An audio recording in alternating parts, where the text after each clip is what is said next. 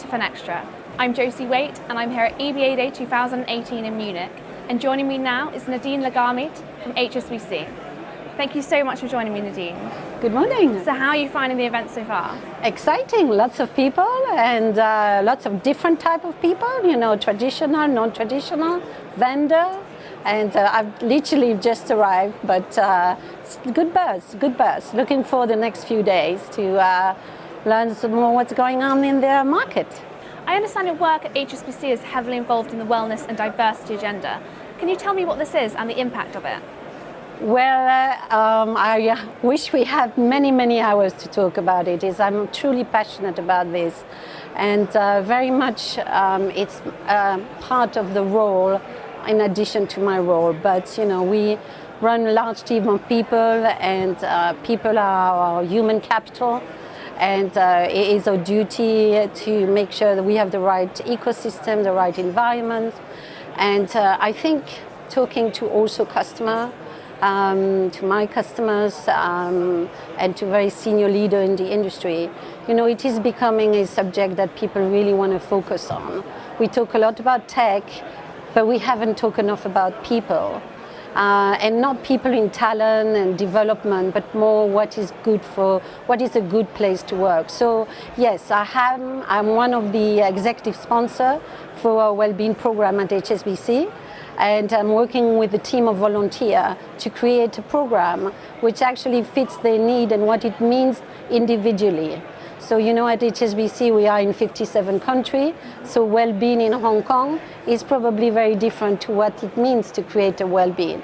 So it will go as much as flexi hours in one place. It's already established, but in some part of the world it's not been. So for them that's very important.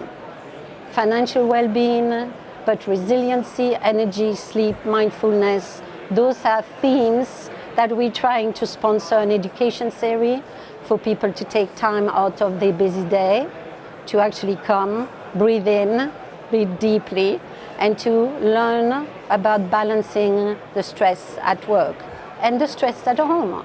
Because if you come in the morning to work and you stress, you are not going to be driving performance.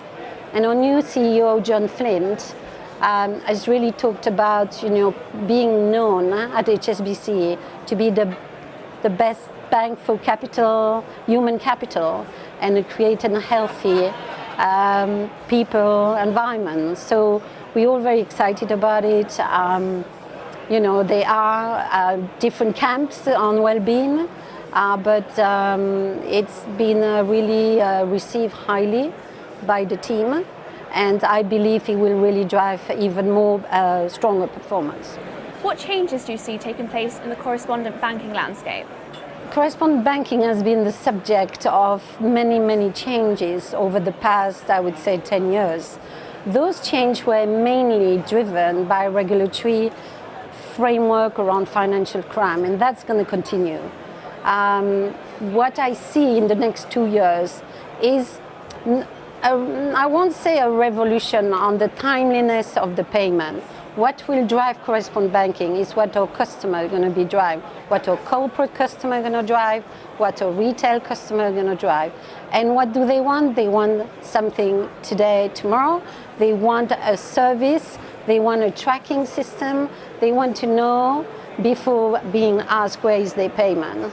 And I think if this is a change where Swift GPI, for example, I believe that will revolutionize some choice that banks will do around correspondent banking. Lots of people always ask me if it's going to be going away or not. It's there, it's strong, and it's stronger than before. It's just, I think, people need to move on from this idea that it's not a healthy environment, but you know, when you see the number of payments going through the pipes of all the banks and the SWIFT messages, it's incredible. 2,400 banks around the world, 6 billion of transactions. That's mind-boggling. That's a good English word, mind-boggling. So I do think there is some uncertainty, but it's not relative to the correspondent banking itself. It's the geopolitical environment.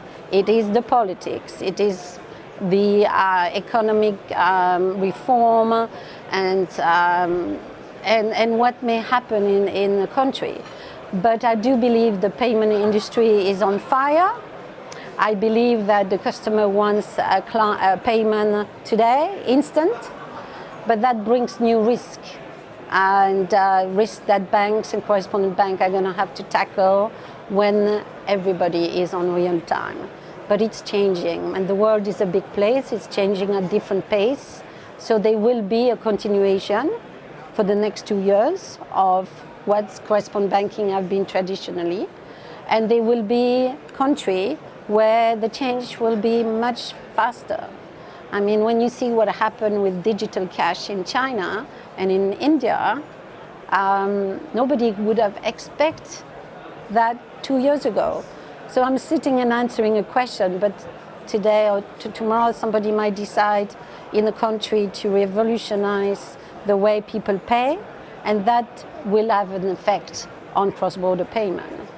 But I do think correspondent banking is well equipped to deal with lots of headwinds. We've had more headwinds than any other part of the industry, and I think the industry should compliment itself to have dealt it very well. But with more transparency on the payment, I do believe that it will be even better environment. Nadine, it's been great speaking with you. Thank you very much. Thank you very much. And thank you for watching.